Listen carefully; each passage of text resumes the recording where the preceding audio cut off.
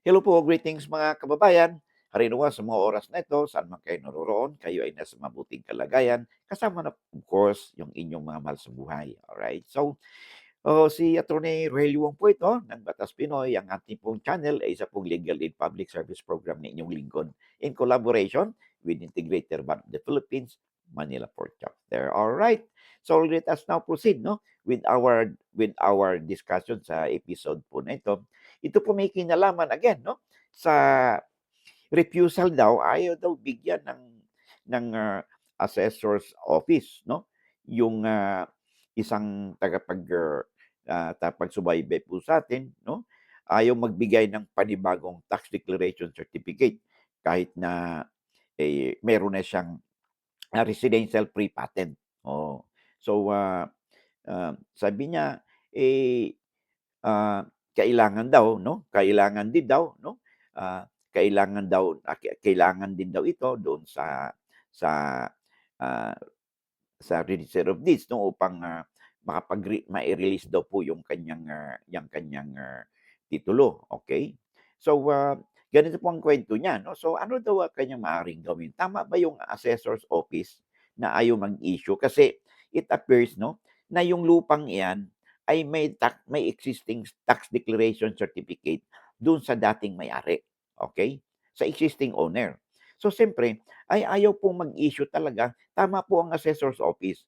May katuwiran po ang assessor's office na hindi po talaga basta na lang makapag-issue ng panibagong tax declaration certificate on the same lot kasi merong existing. Dapat ma-cancel muna yung existing tax declaration certificate or magkaroon ng waiver yung may-ari na nakalagay doon. So, sabi niya, paano ba ang gagawin? Puwede na ba akong pumunta sa korte 'no, para mag-file ng petition, para, i-compel yung assessor's office na bigyan siya ng panibagong tax declaration certificate at i-cancel yung lumang tax declaration certificate. Kasi sabi niya, ang basehan kasi niya ay, meron na akong titulo, eh.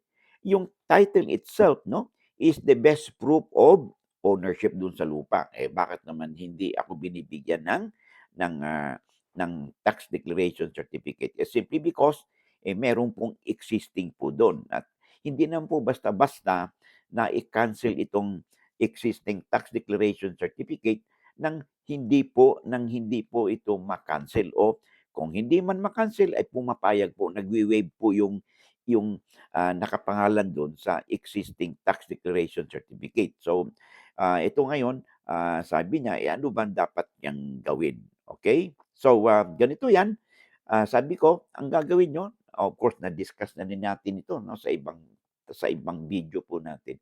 Ang gagawin ninyo is, kasi tanong niya, puwede bang sabi niya, nagbabayad na ako ng ano, sabi niya for the last 10 years, siya daw po ay nagbabayad na naman ng real property tax dun sa lupang iyon 'no.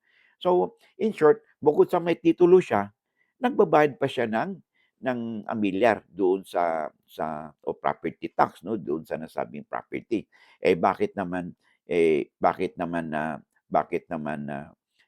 ayaw siya bigyan ng panibagong tax declaration certificate. So, ang tanong niya ngayon, sabi niya mukhang gusto ko ng pumunta sa korte para po, maihabla niya yung assessor's office.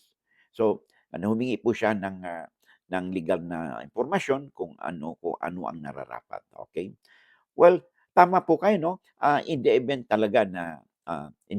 na ayaw ayaw kayong bigyan ng tax declaration certificate 'no, despite of the fact ah, na-exhaust na ninyo ang tinatawag nating administrative remedies, your next recourse would be to go to court. But ganito, 'no, bigyan kita ng background.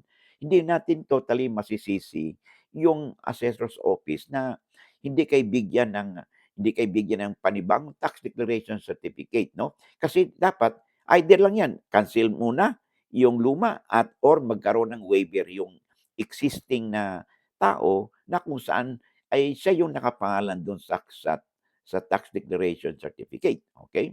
So, ang gagawin ninyo kung ano, first step is sulatan po ninyo, mag-file ka ng petition doon sa assessor's office. Verified petition. Pag sinabing verified po, no, it has to be duly notarized, no, si public instrument, no, and then i-file ninyo ito sa assessor's office, no? Kasi sabi mo sa Pasay yata itong, property nito. Then doon at i-cite ninyo yung grounds ninyo kung bakit, may right kayo na mabigyan ng, tax declaration certificate at ma-cancel yung yung existing na tax declaration certificate. Una, i-cite ninyo na kayo ay titled, meron na kayong titulo ng lupa, and the title of the land is the best proof of land ownership. Pangalawa, you have been paying real property tax or amilyar for the last 10 years. This alone, no? This alone plus your title, and if you are in possession of that property, ay maliwanag pa sa sikat ng araw na kayo ay meron kayong talagang ah, lawful interest doon sa lupa, no? Not only because you have a title. So in short, at yun naman nagki-claim, yun namang ah, yung sinasabing kung di maliwanag dito no kung ayaw bang pumirma ng tao doon or hindi mo siya makita, no? So pag-file mo kasi ng petition doon sa assessor's office, eh siyempre ino-notify din yung taong iyon na kung siya ay kung sino nakapangalan dun sa lumang tax declaration certificate. So, kung hindi siya sumagot, doon sa inyong sulat, that could be a ground na i-cancel yung lupa na yung lumang tax declaration certificate at mabigyan kayo ng panibago. Ngayon, halimbawa, for whatever reason, ayaw pa rin pumayag yung assessor's office.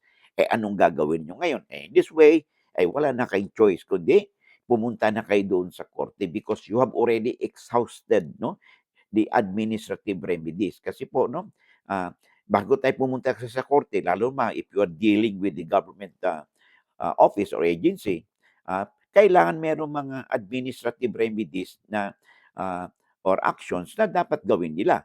Now, kung hindi tayo basta pwedeng dumiretso sa korte na nahihabla mo si assessor's office na wala mo ng exhaustion of administrative remedies, madi-dismiss na po ang inyong complaint or petition sa korte for failing to exhaust administrative remedies. So, kung ayaw kayong papayag pa rin, binigyan kayo ng thumbs down ng assessor's office despite of the fact na nag-file ka ng verified petition at yung sinasabi ninyo, then you can now go to court, no?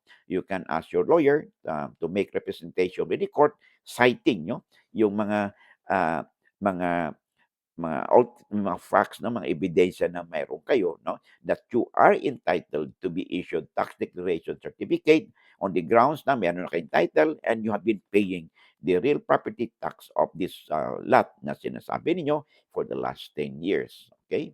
So, yun ang inyong maaaring gawin. So, get in touch with your lawyer, no, for further assistance. Okay? So, I hope nasagot natin ang katanungan sa atin, no, ng ating followers, no, subscribers po natin siya. Okay, maraming salamat. Okay, so bago tayo magpatuloy, I would like to make this announcement, no. Ang Batas Pinoy po, meron na po tayong page sa Facebook, no.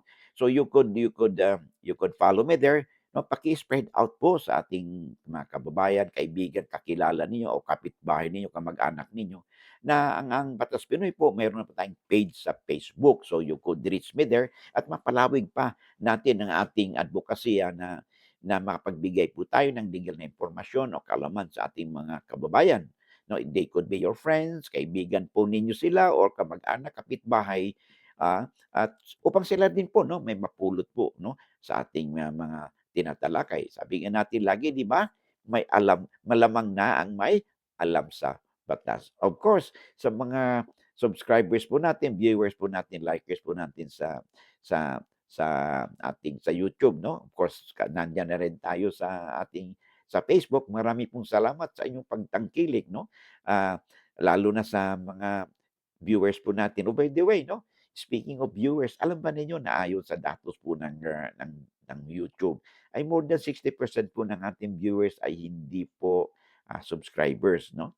Eh, kung, kung hindi naman po siguro, kalabisan, if you find our videos interesting and informative, kung ako po hihirit po sa iyo na isang click lang po ng follow or subscribe 'no, and share at saka like po at malaking bagay po 'yan 'no, at para masama po tayo ng algorithm ng YouTube 'no, na ma-spread out po ang ating mga videos at marami po tayong ma-reach out ng mga kababayan po natin upang sila din ay may mapulot 'no, sa ating mga pinag-usapan at, may matutunan din po sila. For all you know, these people 'no, ito ay mga pinag-usapan natin ay could be relevant do sa kanilang situation at, makatulong po tayo, okay. So, hanggang dito na muna tayo 'no, and I hope to see you again in the next video po natin. God bless and, ah, maraming salamat. Alright, so,